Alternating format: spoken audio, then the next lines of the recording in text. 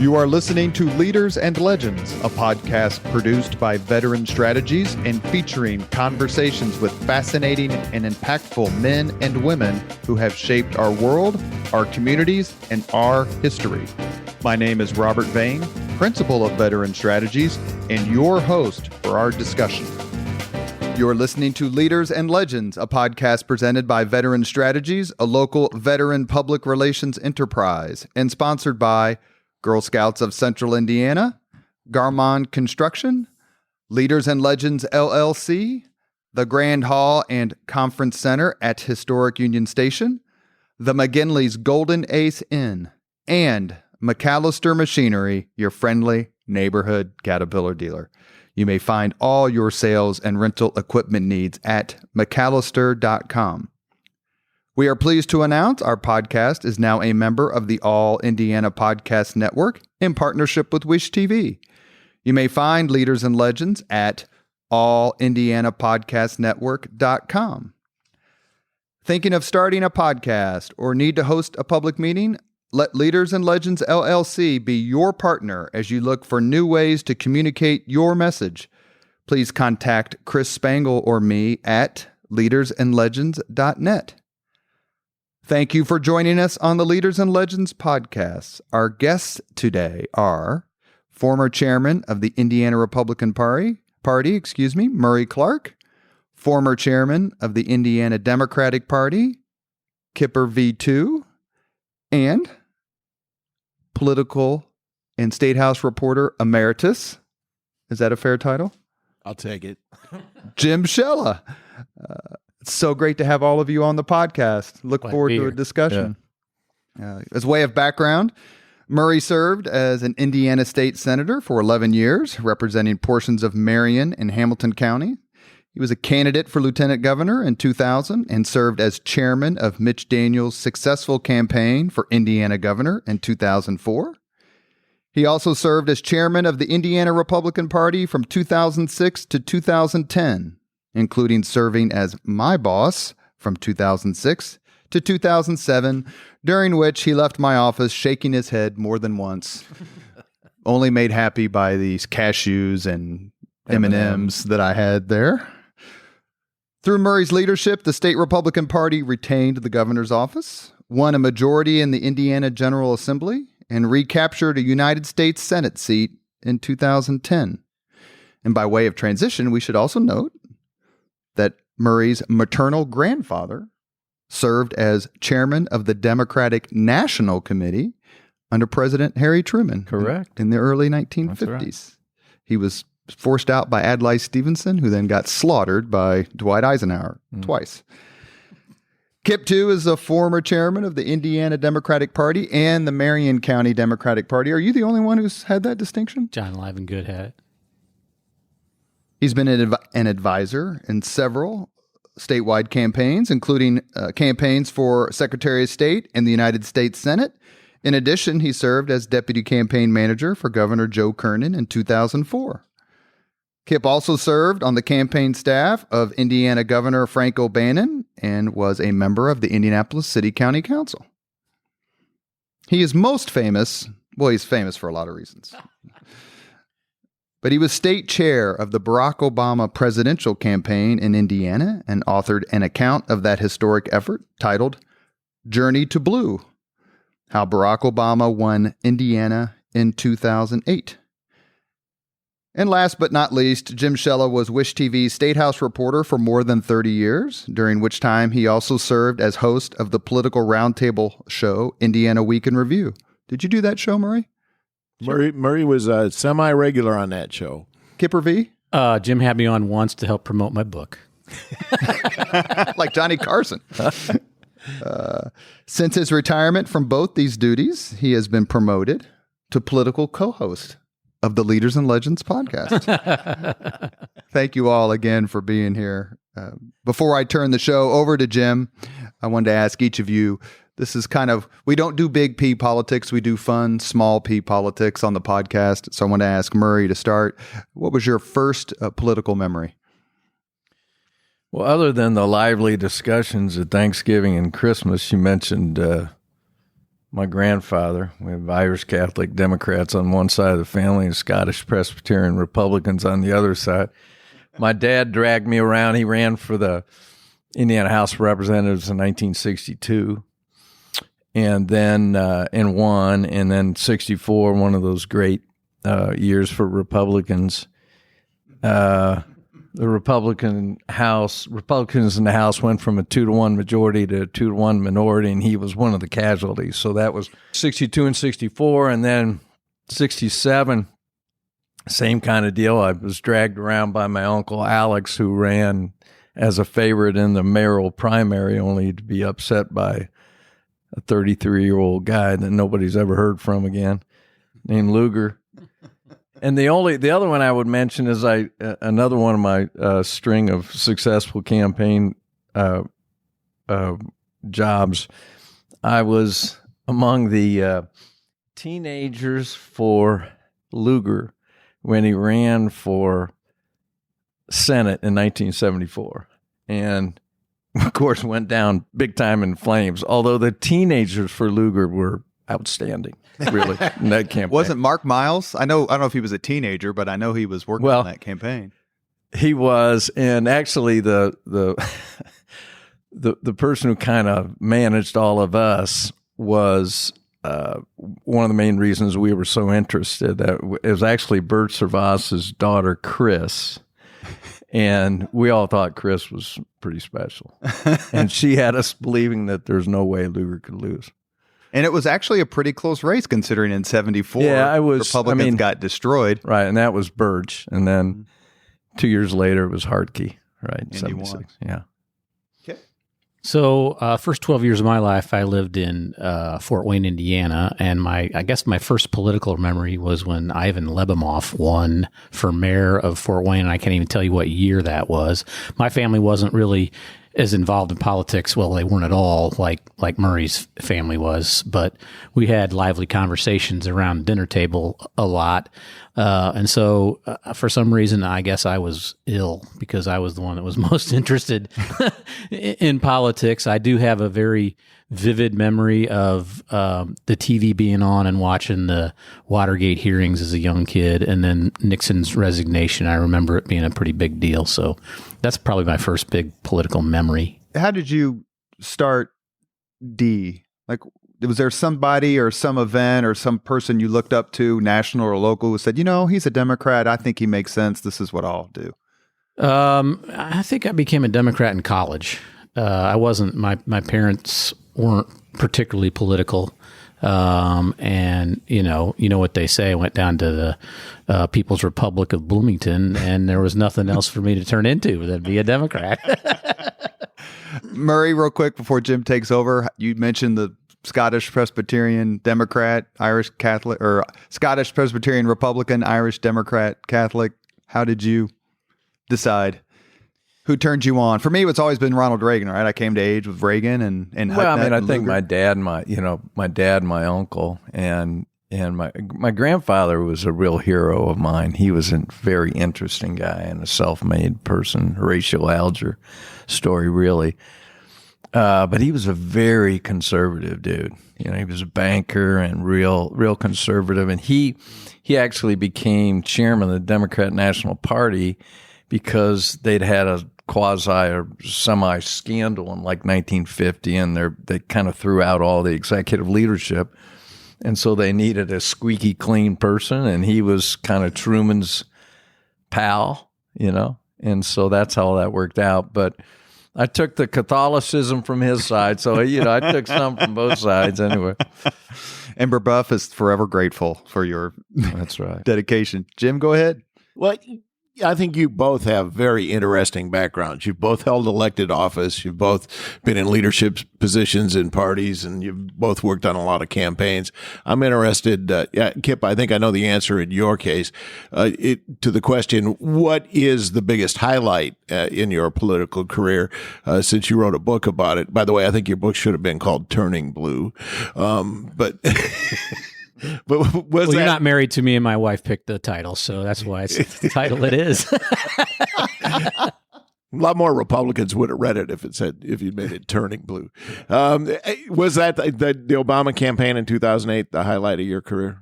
Yeah, that's accurate. There are a lot of highlights, but I mean, that was probably the best professional moment. And it's more than a moment. It was, as Murray would fully understand and appreciate, we had more resources for that campaign than any campaign before or since.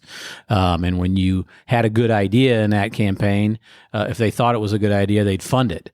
A lot of folks have a lot of good ideas in, statewide or local campaigns, but it's a matter of having the money or the resources to do it. And almost every time that's not the case. But in this instance, we got all the money we needed from Chicago to try to put it to the finish line in Indiana, and we did. First time a Democratic presidential candidate won in Indiana in 44 years.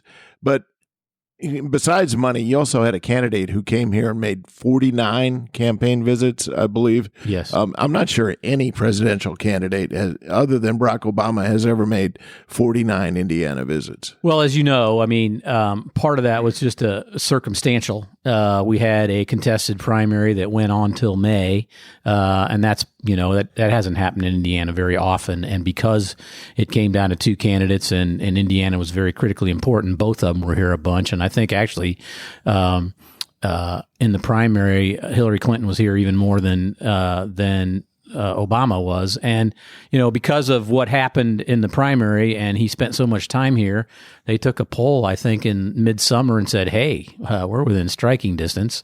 We might as well throw some more resources at this state and see what happens. And that's exactly what they did.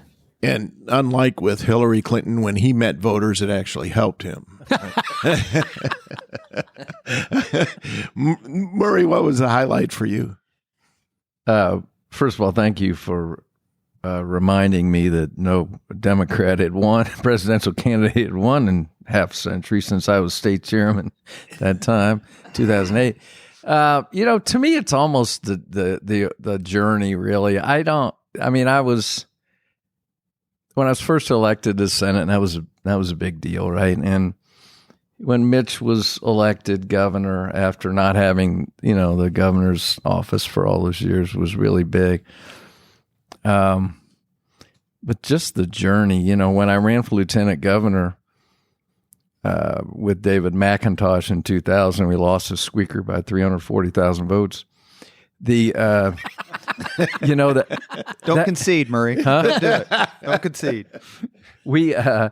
It was a tremendous experience. I loved every minute of it. I would have never every minute of it. Darn near. I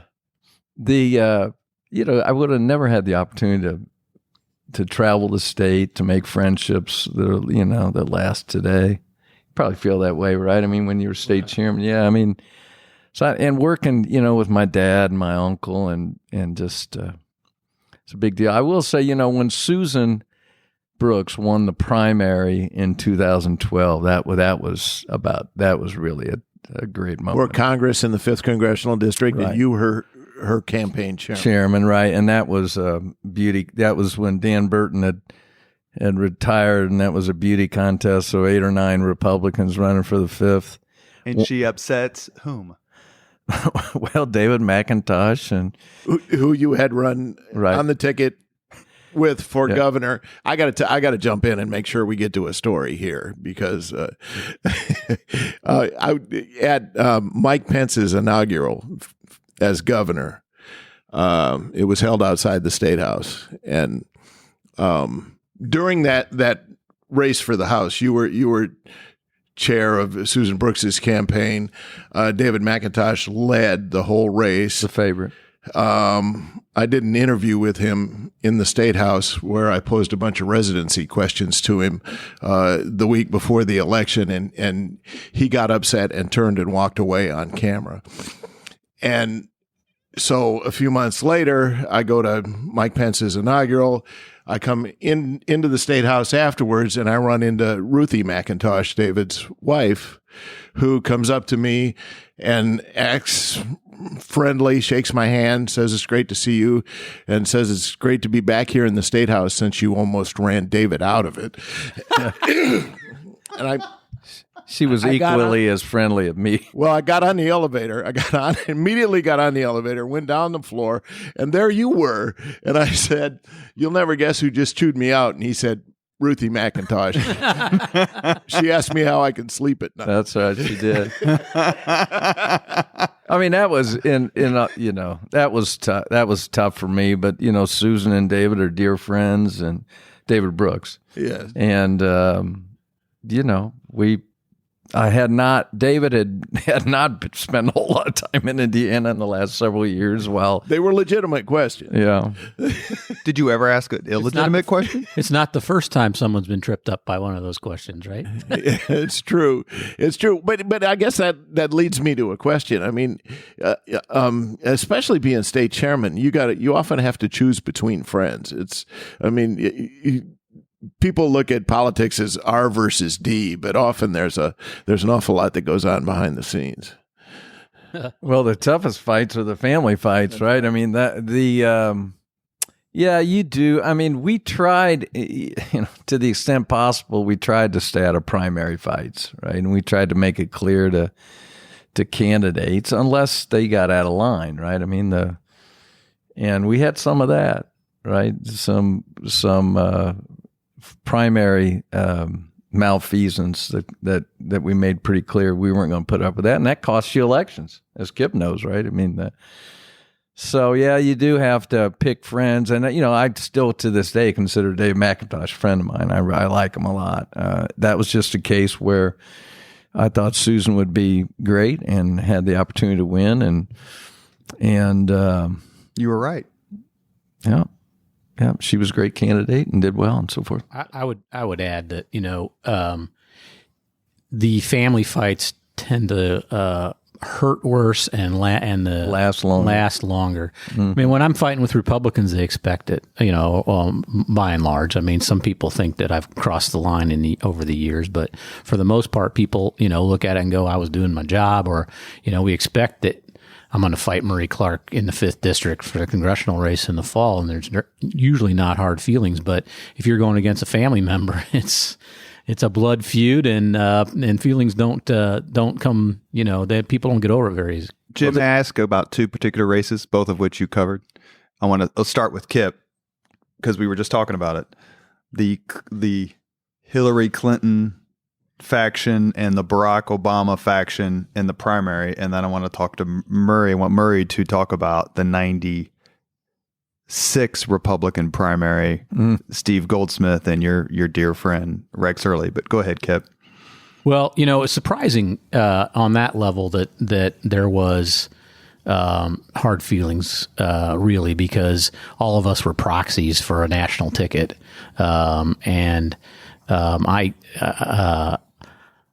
It unwound in a certain way, but Evan got out in part because he couldn't get any oxygen in Iowa. He was running for president at the same time Barack Obama and Hillary Clinton were running. He couldn't get any oxygen once Obama announced, and so he thought Hillary was going to win. So he, hung his sail with her, and we were sort of the renegades, and the folks that I grew up with in politics, the Joe Hogsetts, the Evan Bayes, and the folks that I worked for, at some point weren't as happy about the fact that Obama was, really giving Hillary a run for the money. But at the top level after the primary, those folks all got over that stuff. Obviously, Barack Obama named their Secretary of State. So, and Hillary Clinton did win the Indiana primary. She did. That's right. Oh, Hogsett never ceases to remind me of that. Yeah, but it's fair underneath to call. There were, underneath there was some bitterness, and it persists. It's fair to be. The point of talking about Barack Obama's presidency isn't under the purview of this podcast, but you would have to be very myopic, blind, or as hardcore partisan as you get to deny that the candidate and the campaign in 8 was both a phenomenon and phenomenal. I mean, Barack Obama's performance that year was nothing short of just like textbook. Yeah. I mean, you're not going to get disagreement from me on that. That's for sure. I mean, they also, they were the first campaign, because it was that time, to really use the internet. That's right. And use it in a way that helped with organizing. They sort of took the Facebook model and put it on their campaign, and really helped organically grow a grassroots network, because people could communicate via the internet. I would show up to these organizing meetings. In past years when I was helping a presidential campaign or whatever, you'd know everybody in the room and you showed up. I showed up to meetings there, and there wasn't anybody I'd ever met before. And it was organic, but it was also fueled by, the internet at the time, and it was a brand new tool, and they figured out how to use it in a really big way. Well, and I can tell you that, having walked into a lot of campaign offices prior to that, they were always, rows of desks and very formal situations. And you'd go into the Obama, Indiana office, and it was kids in their 20s sitting on the floor, sitting on desks, but everybody on a laptop, and it was very informal. And a completely different sort of animal than what you've seen before. Well, to Kip's point, I mean, the thing that, to me, as a more than casual observer, that was remarkable about that is how they got volunteers and did so in a way that they weren't really sure what they were getting, other than a lot of volunteers. And most presidential campaigns generally, they don't like that uncertainty, right? But they were at the beginning of the kind of social media outreach for, you talk about Facebook, right? So you're never sure exactly who you're talking to. And I'm sure there was times where volunteers showed up that they wish were not there or whatever.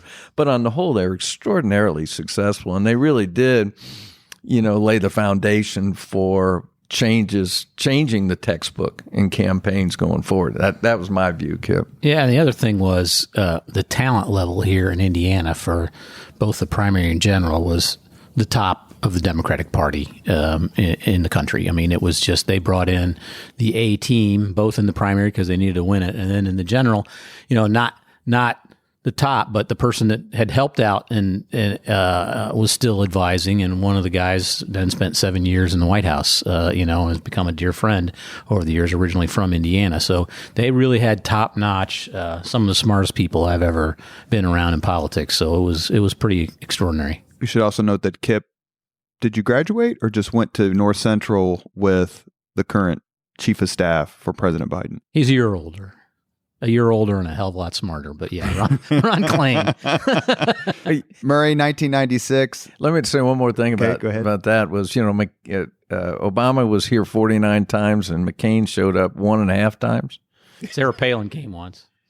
Well, Sarah Palin did. So McCain came for a fundraiser, and he was in the Columbia Club, and I'd never met him, and I introduced myself to him, and he was, congenial, very friendly. And I said, hey, I feel duty bound to mention one thing to you on behalf of the state Republican committee. He said, what's that, Mr. Chairman? I said, well, have you thought about maybe some amendments to the McCain-Feingold law? And his demeanor completely changed. And he I'm not going to tell you exactly what he said. So he didn't. And then the answer was no, though. And my response was, well, thank you, Senator. I'll report back to your thoughts of the Central. Because I know former Chairman Mike McDaniel had a conversation with him about McCain-Feingold at one point, and he stuck a finger in McDaniel's chest. Yeah. So, well, that trip, he actually wore I have a John McCain POW bracelet, and he wore it for that event. I ended up getting it back from him. I asked him to wear it, and he said, I'll wear it. And he wore it, and then the Secret Service is taking him out, and I'm having to chase him down like, no, I want it back. But clearly, was it, or in your expert opinion, Murray, did McCain just take it for granted? Because I know that the party and the campaign here was begging for resources and for for him to show up, and he just didn't. Yeah, I mean, he was in trouble in a lot of states, right? I think so.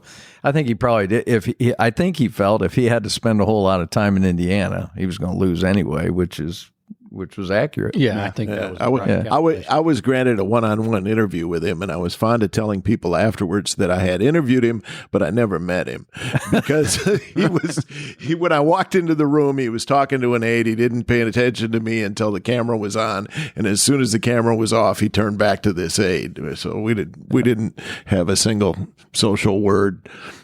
Wow. 96.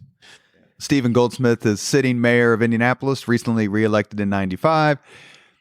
Everyone thinks he's a slam dunk to be nominated and maybe win. Ended up being an upset, I think you could say. But I don't think there's any doubt. I wouldn't say it wasn't an upset. I would definitely say you think it was? Yeah, it was definitely an upset. Yeah. O'Bannon beating Goldsmith. Definitely. And that's come through in some of our other podcasts that they thought it was an upset. But the primary was a little like the Army-Navy game. Well, in the context, right? It's 8 years after Evan serves 8 years, so it's 8 years since 16 years of Republican governors, right? With Bowen and Orr. So this Republicans are licking their chops, right? And Steve gets in, and Steve wasn't, he wasn't a great retail politician statewide. Let's put it that way, right? So Rex. I've heard stories about him showing up at fundraisers and essentially asking for the check and leaving. Sounds like McCain with you. He was a brilliant mayor, I think, right, and a friend. But I mean, he and Rex got in, and then it was something. I mean, has Rex Early ever said anything? This is a question to Murray and to Jim because you're both close friends. Has he ever said anything that surprised you? Well,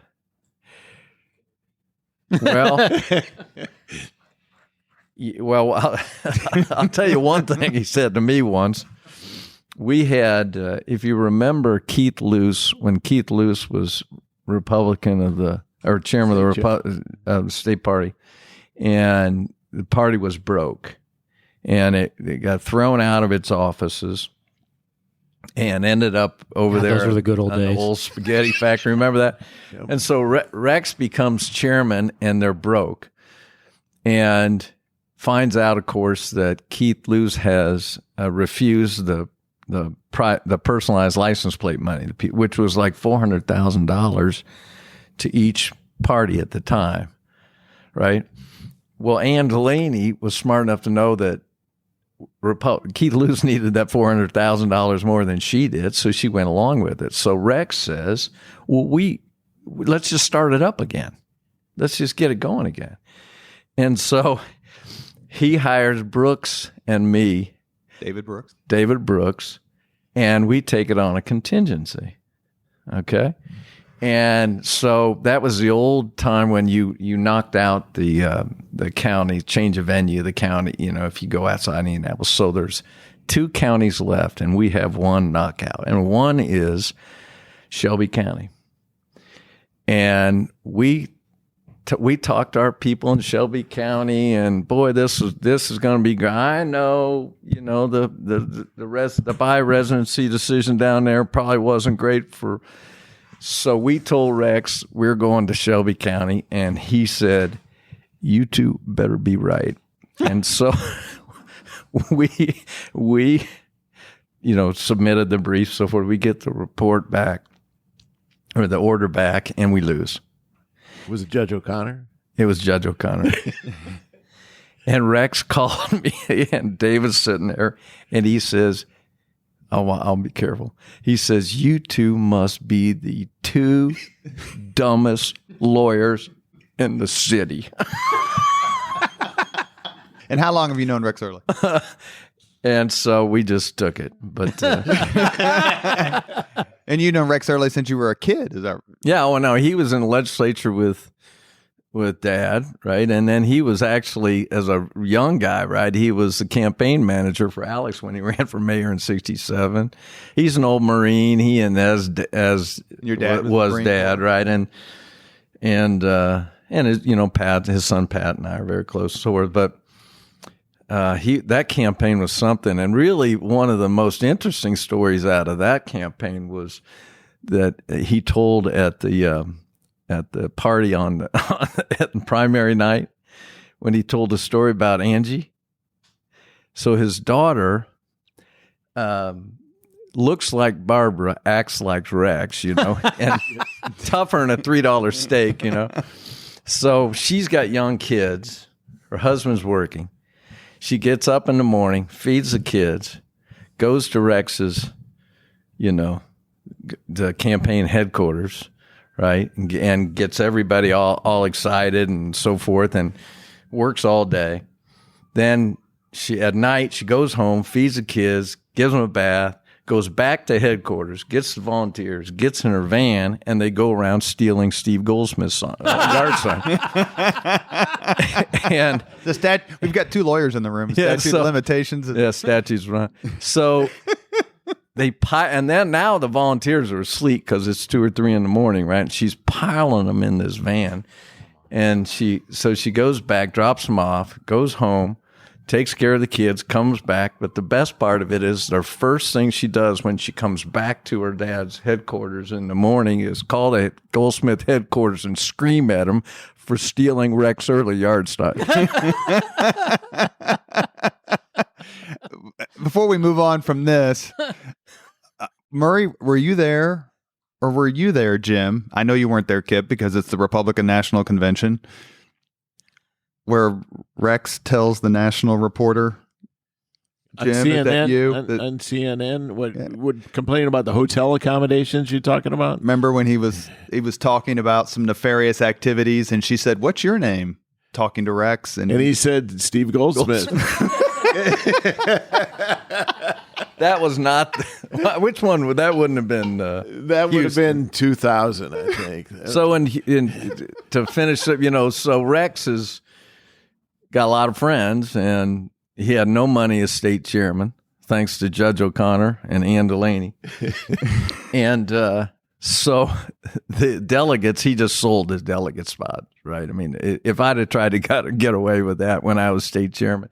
So that's why all his buddies were in the bar at Houston. You were talking about that earlier, right? Right. And just holding court. I mean, that's how we made payroll.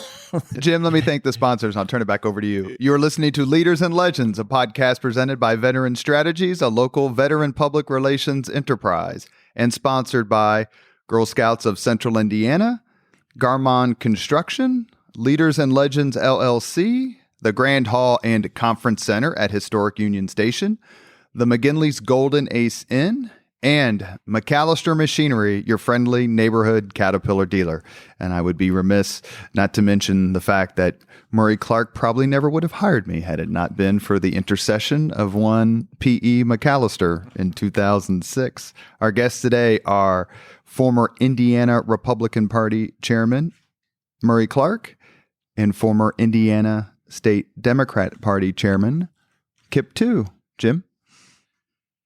I think we need to talk a little bit about the race for governor between Joe Kernan and Mitch Daniels, since you were both involved. That was, for my money, the toughest race.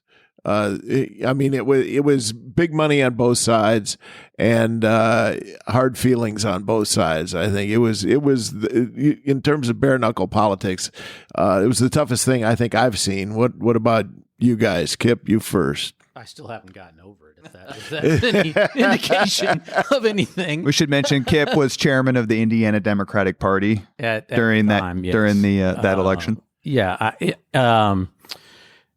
A word about Joe Kernan. He's probably my political hero, and I thought would have been a fantastic governor. The state of Indiana was blessed with their decision, at least in that campaign. They were not going to get a bad governor, no matter who won. But I happen to believe that Joe Kernan he's one of the most outstanding people I've met, let alone politicians I met. And so my disappointment persists to this day because I know what kind of person he was. It was knockdown, drag out. The Republican Murray and friends of Murray, I think for a year had been doing some really good planning in figuring out where the vulnerability of our side was, and they exploited it very, very well. Mitch, of course, built a persona that worked very well. Clearly, the idea, I think it didn't come from him, from what I understand, but I actually wasn't inside it. But to take the RV and go around the state and do a half-hour TV program certainly broke the mold and gave him a persona that, of course, he didn't have before that. I mean, he was an Eli Lilly executive, and he had been at the Republican Senatorial Campaign Committee, and he had been, at the top of. You think he was going to Goodwill to get those plaid shirts?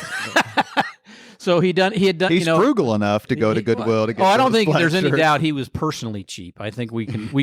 There's stories we could tell not on this podcast that would prove that part. But it was a very tough campaign. I didn't sleep. I think I had one or two panic attacks in the middle of that campaign. Just mostly because I was petrified that my hero might lose. But it was. It was a lot of tough decisions in that campaign that when you lose, you look back and go, what could we have done differently? Yeah. But fundamentally, it came down to I think that the voters kind of thought Joe Kernan wasn't as interested in the job as Mitch Daniels was, and we had been in power for 16 years, and it was a cycle that it was our turn to lose. And so we were swimming upstream for that reason first, that we had been in power for 16 years. But the second reason was Joe had decided not to run.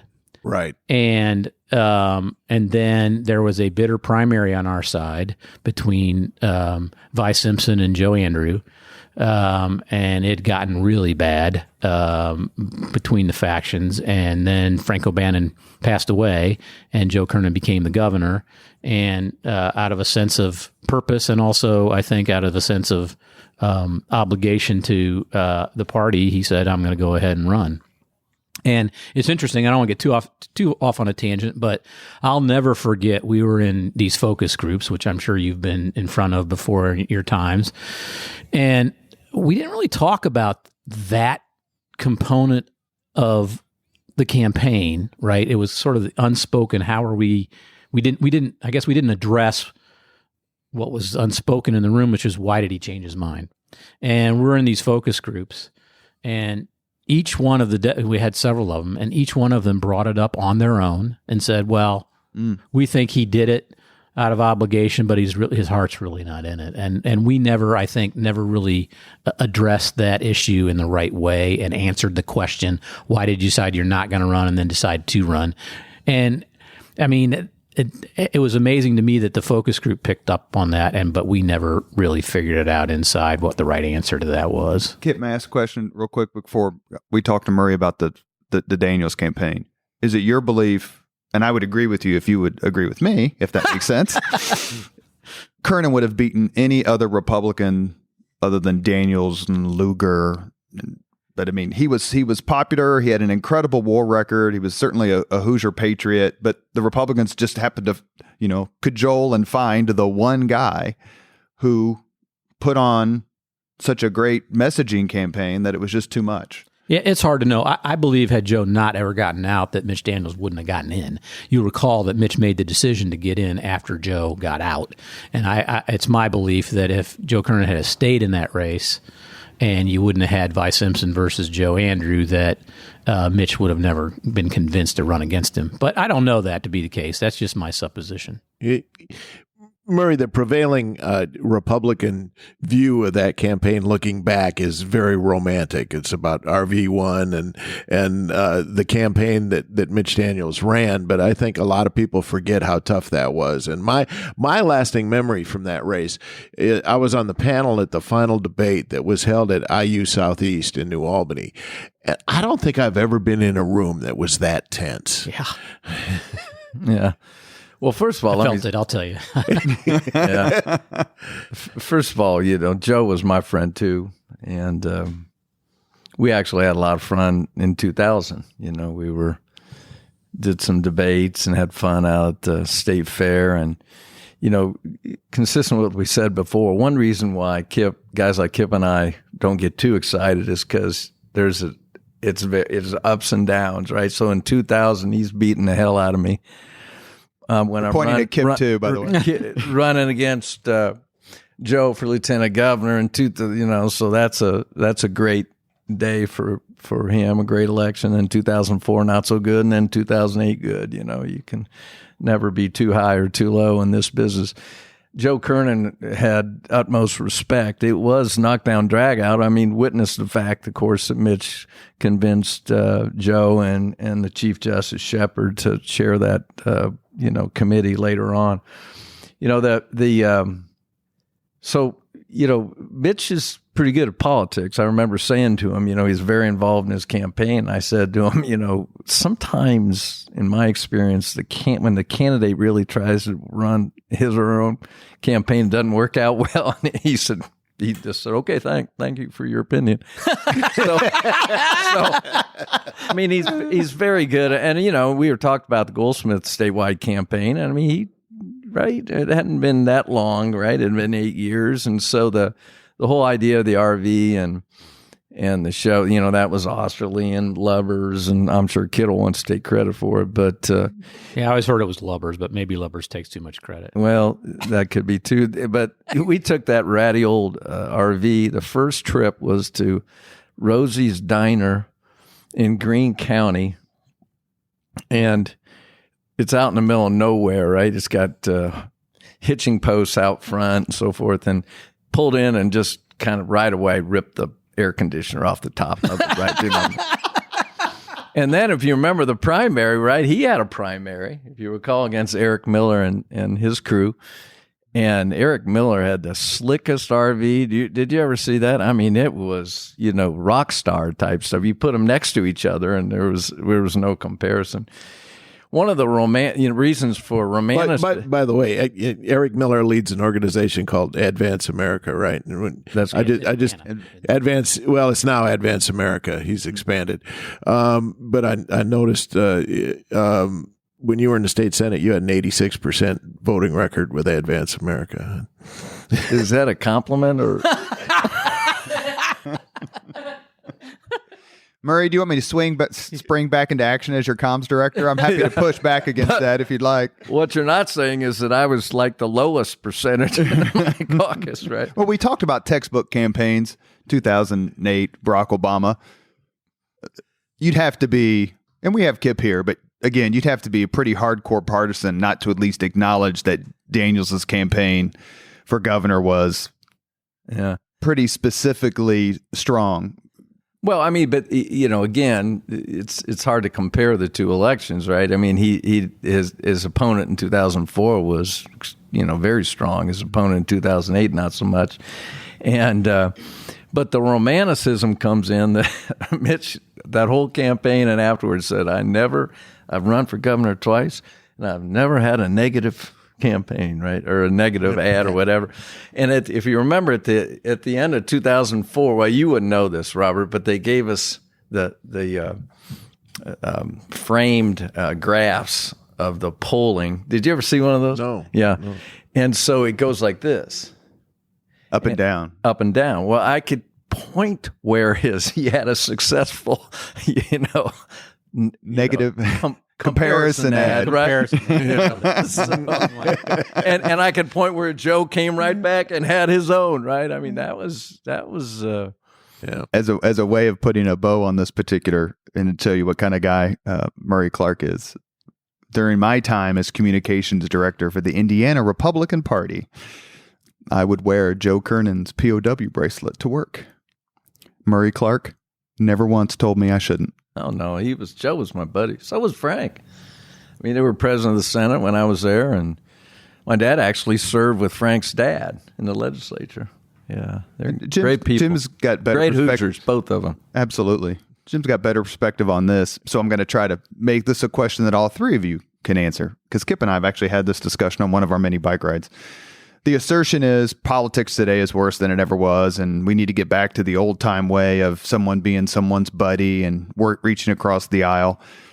I personally believe that charge is a little overheated, but Jim, Murray, Kip? Well, what's different now is social media and the involvement of the public and surrogates. I mean, like when we point to that race between Kernan and Daniels, it was rough. I mean, there were bad things said about those candidates in paid messages.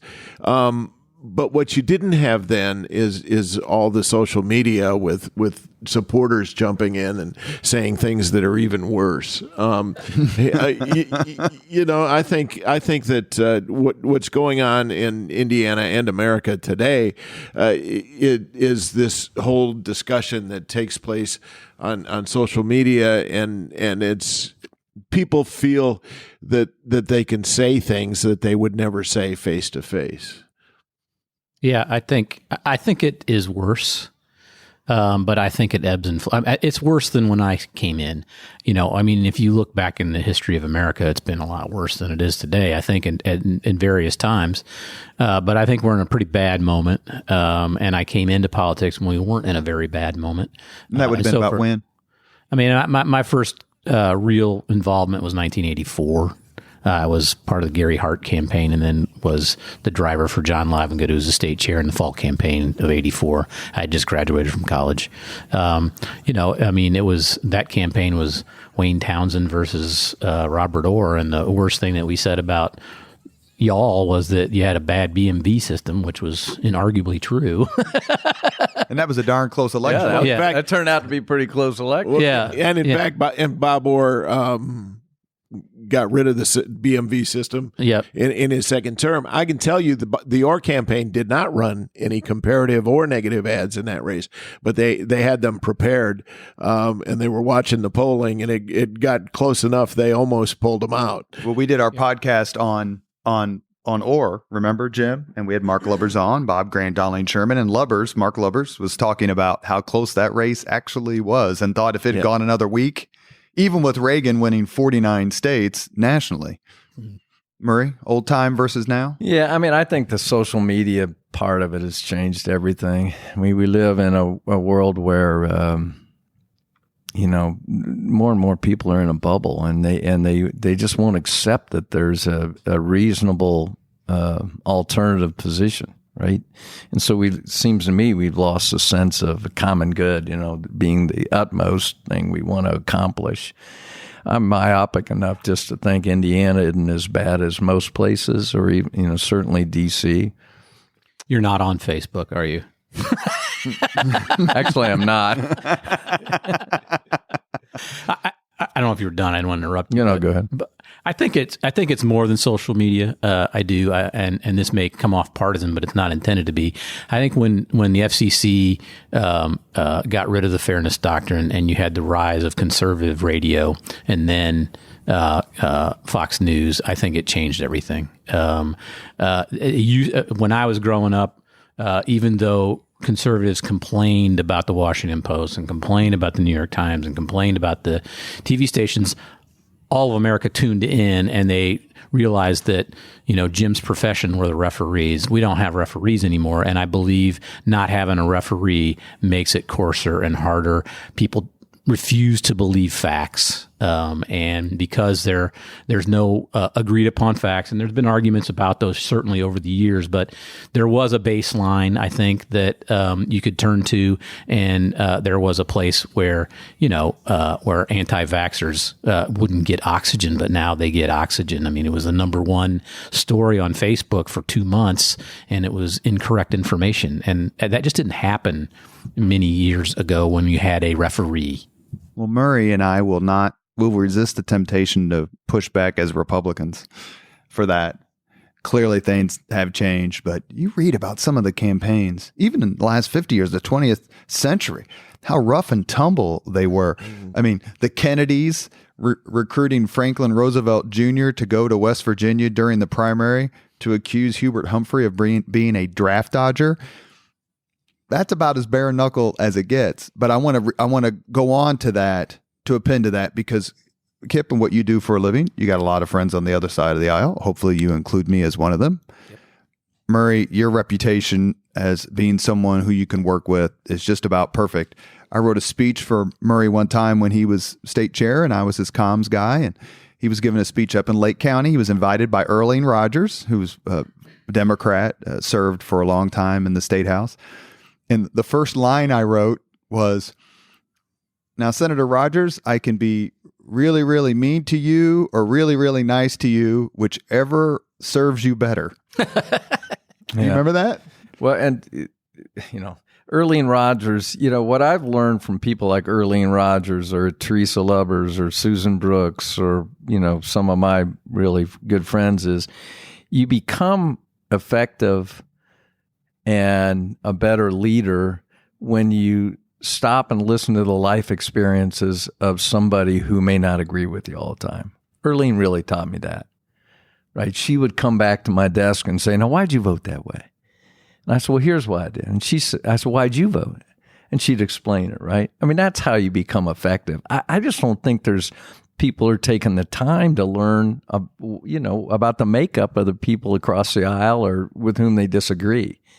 And to Susan Brooks' great credit, she understood that. She really tried to reach out and learn about life experiences of people on the other side. I just don't think people don't have time to deal with it. They're not reaching out. Maybe more in the state house. Kip, you're there more than I am, but it's actually gotten worse. You used to be able to take legislators from differing parties out and play poker and or go to dinner and argue, but you had a basis for respect for each other. It's harder to get guys to go out together these days. And does the modern climate make it harder to just be reasonable? Like, I've always thought that one of the reasons that Murray is so respected is he's seen as reasonable. I don't flack for him anymore. He's not my boss, but one of the reasons I wanted to work at State Party was to work, besides the fact that Jennifer Hollowell hired me for a gig I had no business getting.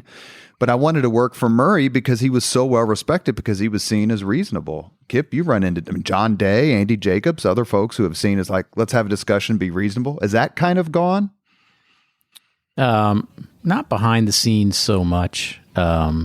It's like Murray said, if you can sit down and talk with somebody and you can disagree, but not be disagreeable, some of that's still there. But you do have we've always had some guys on the edges at the legislature. You served with a few of them. There seems to be more of them on the edge, but there's still reasonable people in charge.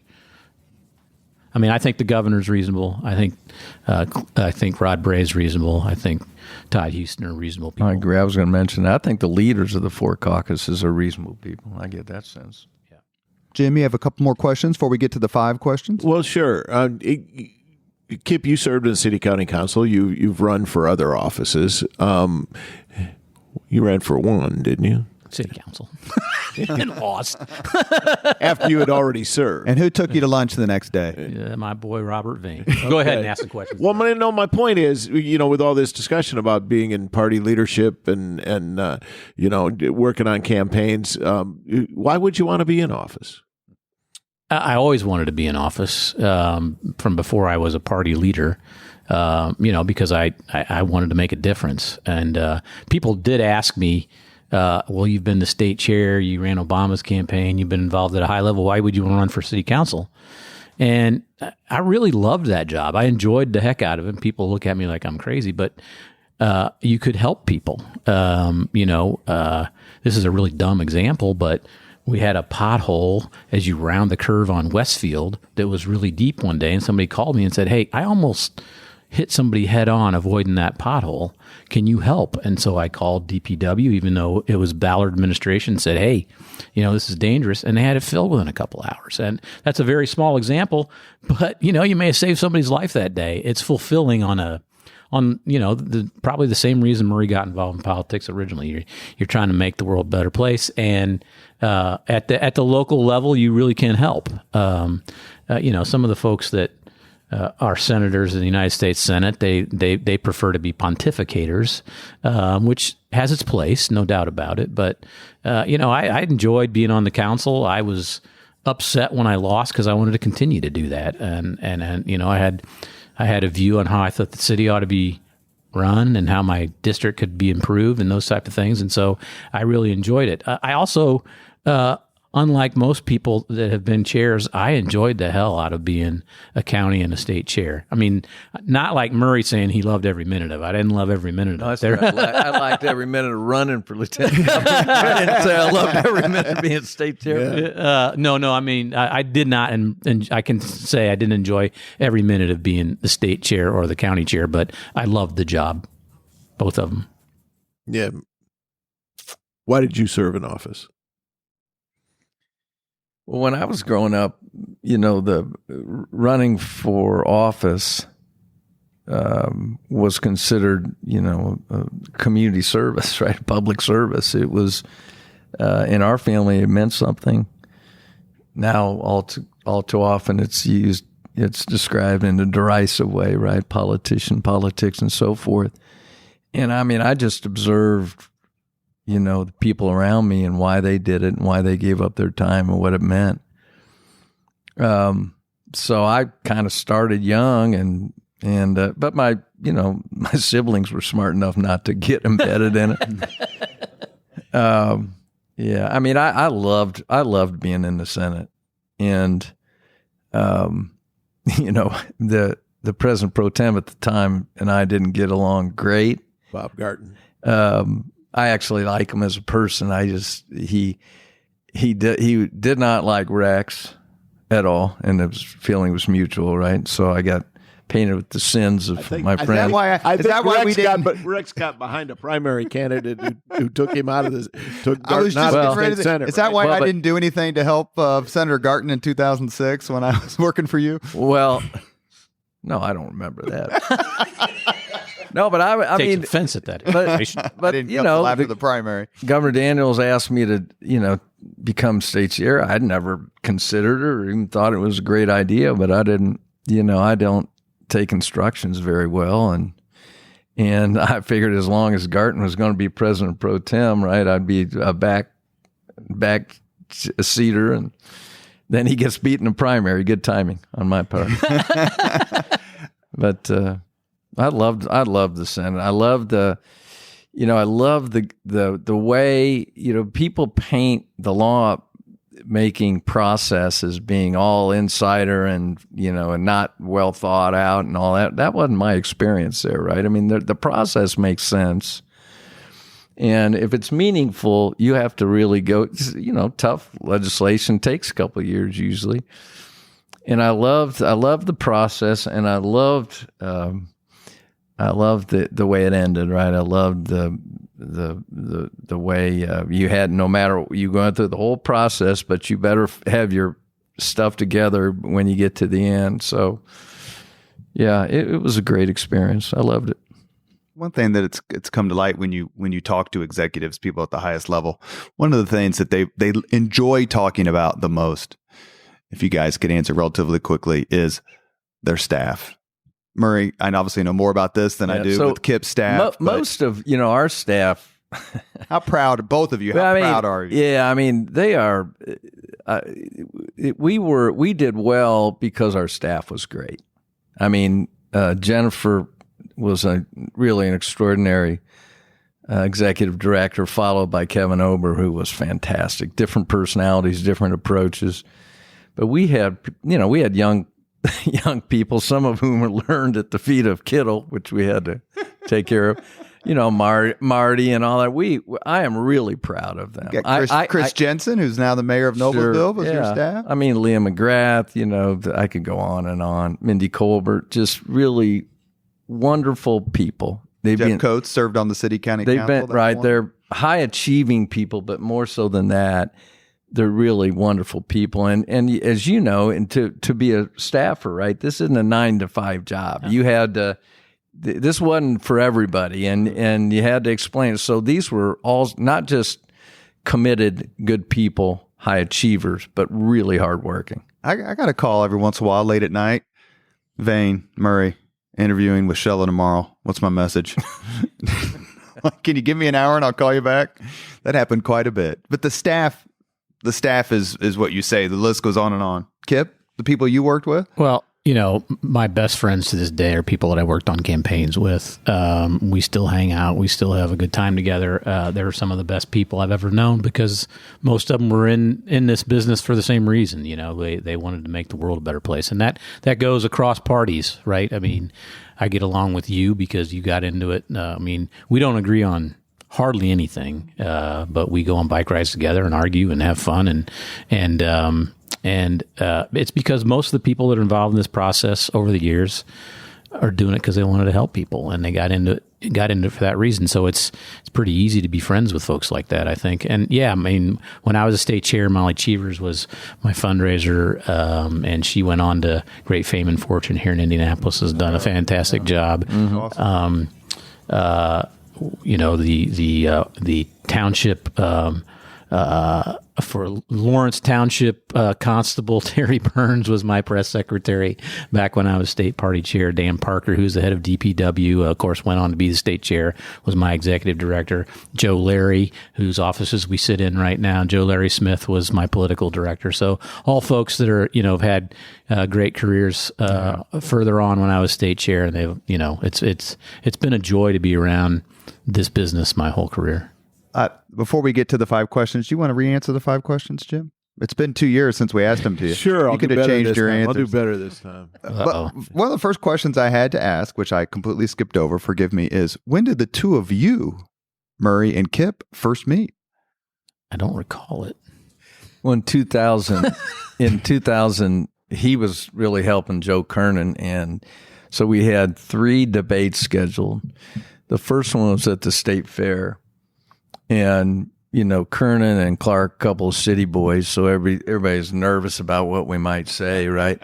And so we get done and we shake hands, and they're, oh my God, they didn't screw up, right? So then we had a debate in Richmond in an economic front of an economic development group, right? It was a home game for Joe, but we had a lot of fun there. I don't know if you remember that one. And so we're getting ready to have a third one. And somebody from our campaign comes in and says, that Kip Tew, he's being unreasonable negotiating the terms of this debate. I said, there are going to be 12 people that care about this debate. Tell Kip Tew we're out. And we did. We just that's my first experience with Kip. We have reached the point in the Leaders and Legends podcast for our 5 questions, and Jim's going to re-engage. You ready? Sure. Jim, you did not get this question because originally the first question of the 5 questions was, what was your first car? Which I've now changed to, what was your first job? Well, my first job was working for my father, who owned a power company that was founded by my grandfather. He served 2 small towns and 20 farms in between in southern Minnesota. And all through high school and college, I did a number of jobs there, everything from running a jackhammer to pushing pipe under streets. And wow. Yeah. Murray? First real job where I actually got paid, I worked for a pharmaceutical wholesaler by the name of Rush and Hibble, and their warehouse was at 10th and Central. Now it's gentrified, right? But and I made big money. I was 14 or 15. I made minimum wage, but if I poured muriatic acid, I got a penny a gallon more. Until the FDA saw it and they said you have to be 18, and that came to them. Kip? I delivered the newspaper as a newspaper boy for the Bloomington Herald Times. Herald Telephone. It was a telephone back then. That's right. Yeah, that was when I was 7th grade. Kip, what was your first concert? Without my parents, it was the Doobie Brothers and Eddie Money. I think 1978, Market Square Arena, still one of the greatest concerts of all time. Pretty darn good. Murray? I saw Elton John in Arizona as a kid, first time. That's pretty darn good. I saw a triple bill at the Sioux Falls Arena. Gary Puckett and the Union Gap, 3 Dog Night, and the Beach Boys. Wow. That's my favorite question of the 5 questions because you just never know. I still say, I've said this on several podcasts, Greg Ballard's first concert being Sly and the Family Stone in Bloomington is a scene that I just can't quite picture. Jim, if you could suggest any book for someone to read, which book would you choose? All the President's Men. As I told you the first time, I'm not a huge reader. There aren't very many books I've read more than once. I think I've read All the President's Men 3 times. And any lesson you want to learn about journalism is in there somewhere. Well, I love Seabiscuit. I love sports, historical books. Seabiscuit's wonderful. I've read a lot of the Halverson's baseball books and all that. But the books about LBJ, Master of the Senate, and the one before that, which I forget the name of, was just, Pathway to Power. They are remarkable books. Robert Caro books, is that right? Yeah. Kip? You can say Journey to Blue. No. I'd lose all credibility. I'm going to go fiction. Obviously, I'm on the Vonnegut Museum board, and so I think everybody in Indiana and across the world needs to read Slaughterhouse-Five. People would look at it and not think that it's a political book, but it is, and it is a lesson in life, and it's a fantastic way to start if you're starting your reading journey.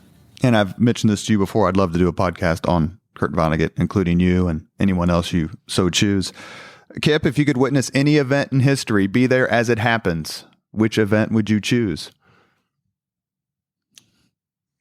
Wow. Would I be in a hermetically sealed, safe environment? It'd probably be storming the beaches at Normandy. When the United States saved the world from Nazis. I think that mine's the same thing. We did the trip to it's unbelievable. Normandy right after the president was there celebrating the 75th anniversary at the cemetery and all that. It was really compelling. I think my answer would be the same. Jim? I'm going to delve into my family history again. My grandfather was an electrician who saved up his money and got off a train in the first town that didn't have electricity, and he built a small coal generator. And I wish I could have been there when the lights came on for the first time. That's a good answer. Last question. If you could have dinner with anyone living today, 2 hours off the record, talk about anything you want, whom would you choose? Jim? Boy, I missed this one the last time, and everybody says George Bush or Barack Obama. I think I'd like to talk to somebody who's been in a role like these guys, more behind the scenes. Somebody like David Axelrod. Murray? Wow.